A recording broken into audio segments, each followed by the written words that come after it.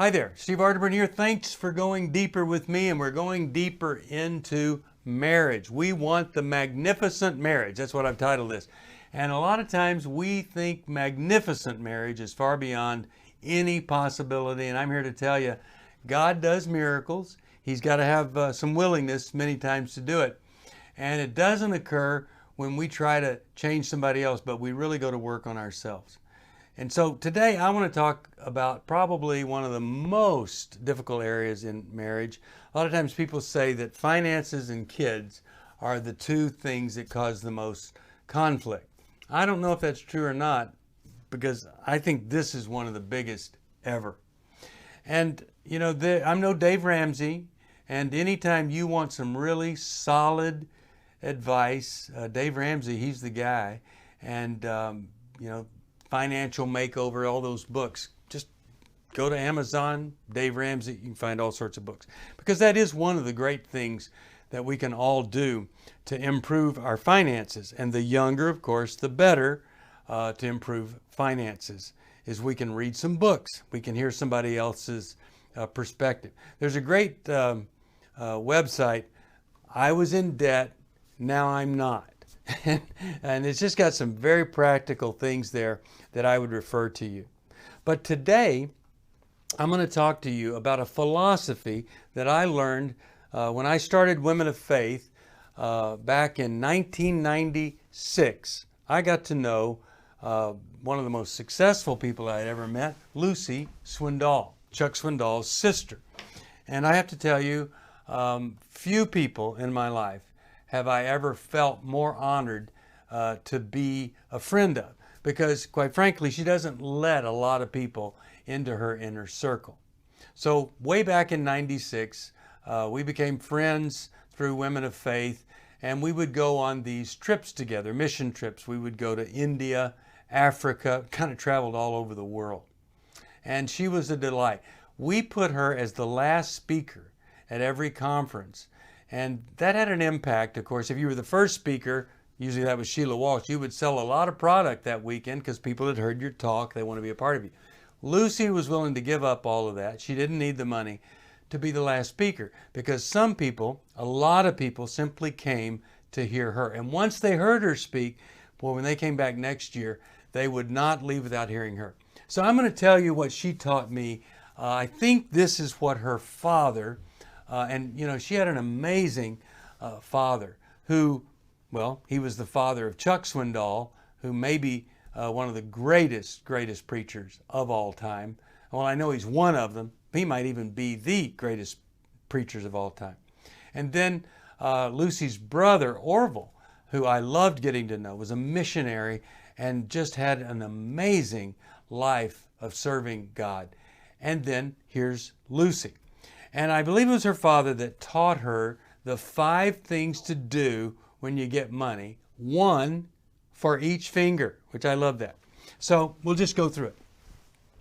When you get money, there are 5 things, 5 different ways to split up the money. Now, I've read a lot of books and I've done a lot of things, but I have never forgotten these 5 things.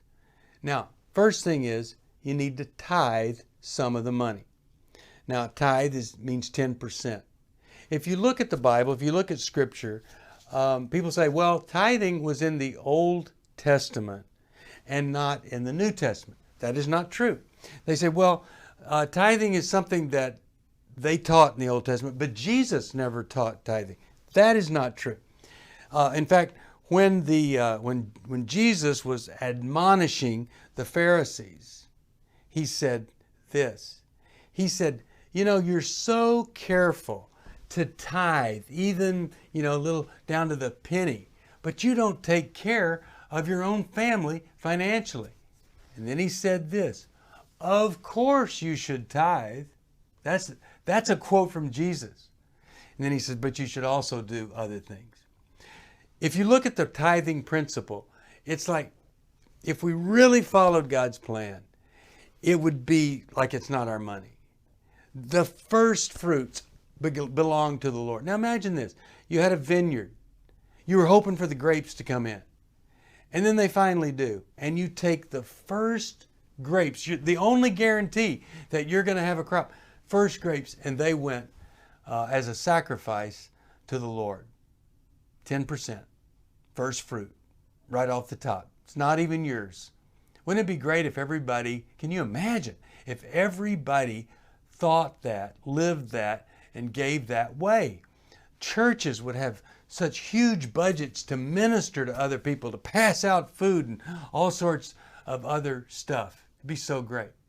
So out of the five things we're going to do, we need to tithe some if we're going to be godly with our finances.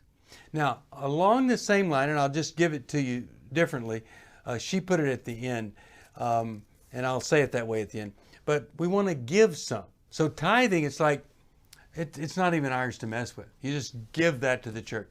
But tithe some, give some away. That's the second thing, which means let's think of some things beyond the tithe.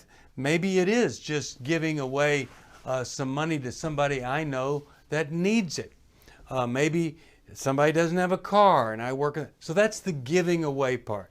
I tithe to the church and I give some away.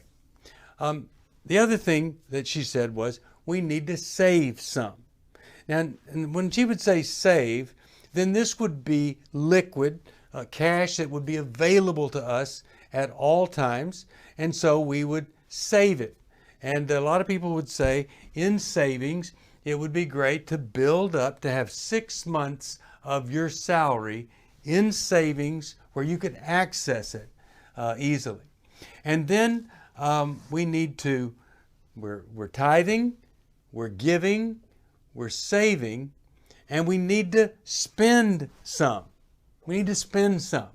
Spend that money. You earned it, so you got to determine how you're going to spend it. Now, if you're buying junk, that's probably not a good thing. If you're buying stuff you don't need, that's probably not. So we have to have some limits. I'll talk to you about that in a second. But we are going to spend some.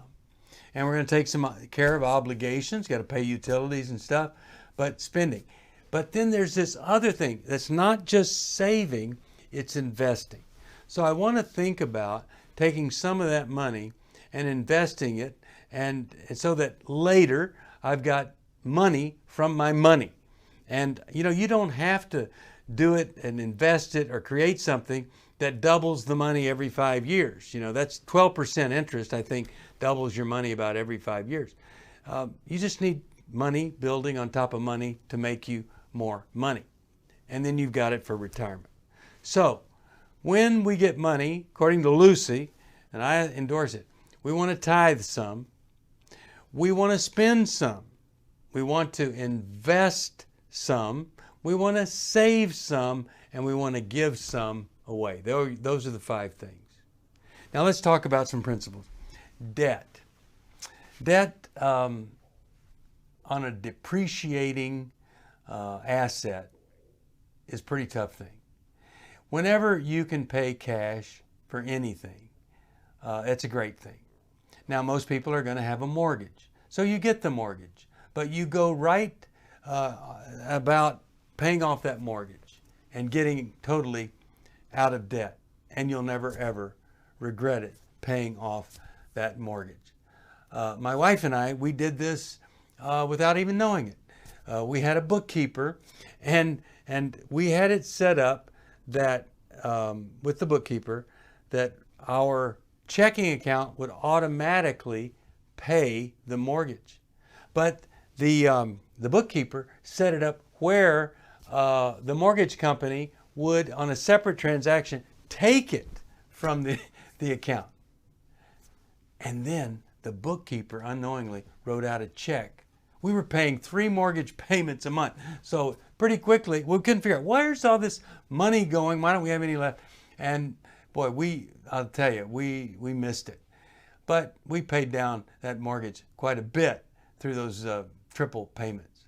But really, I think anytime we can eliminate any kind of debt on depreciating things, usually real estate's appreciating, then of course we're always going to benefit. And then if we're in debt, we start paying off the small things first and build up to the larger things.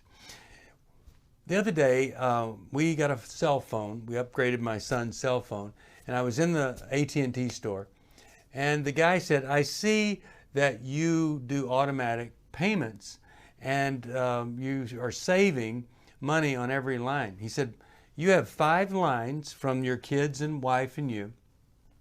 If you could go to paperless receipts, you will save $10 a month on every line.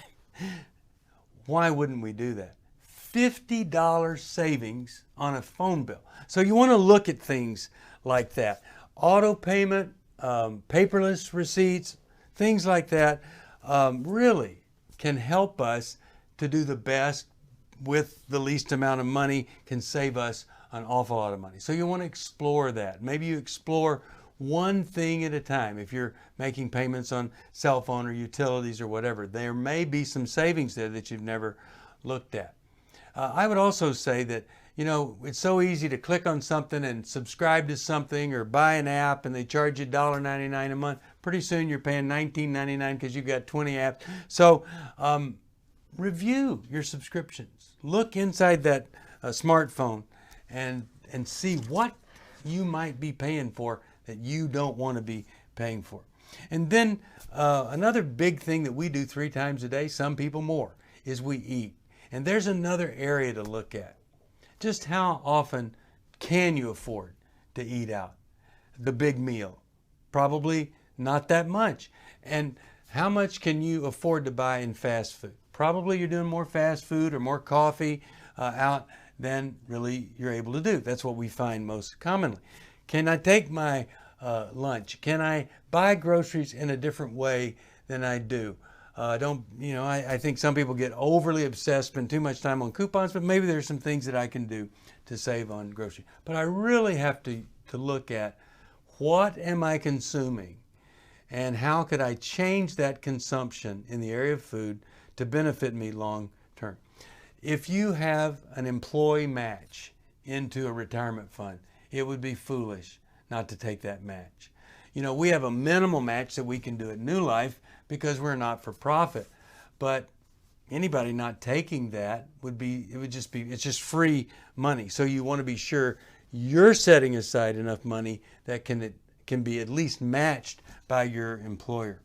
And another thing that I've found helpful is sometimes I'll go into a no spending zone. I'll just say, look, for 1 month, we're not buying anything, and see how closely we can come to not buying anything. You do that once a year or twice a year, you will be saving a significant amount of money, and you're so surprised that you don't need to buy this stuff. Declutter your house and then don't reclutter it. Get rid of the junk and then you're not buying more junk. And I have to tell you, the title of my life could be Goodwill Hunting. I love Goodwill. I shop at Goodwill. And I just love to find great bargains at Goodwill. It's really fun. Another thing is the B word that a lot of people hate is the word budget. It can be simple. It starts by how am I spending my money? How much money do I have to spend? And what do I need to adjust to get it there? So I'm still doing those 5 things. Blessings.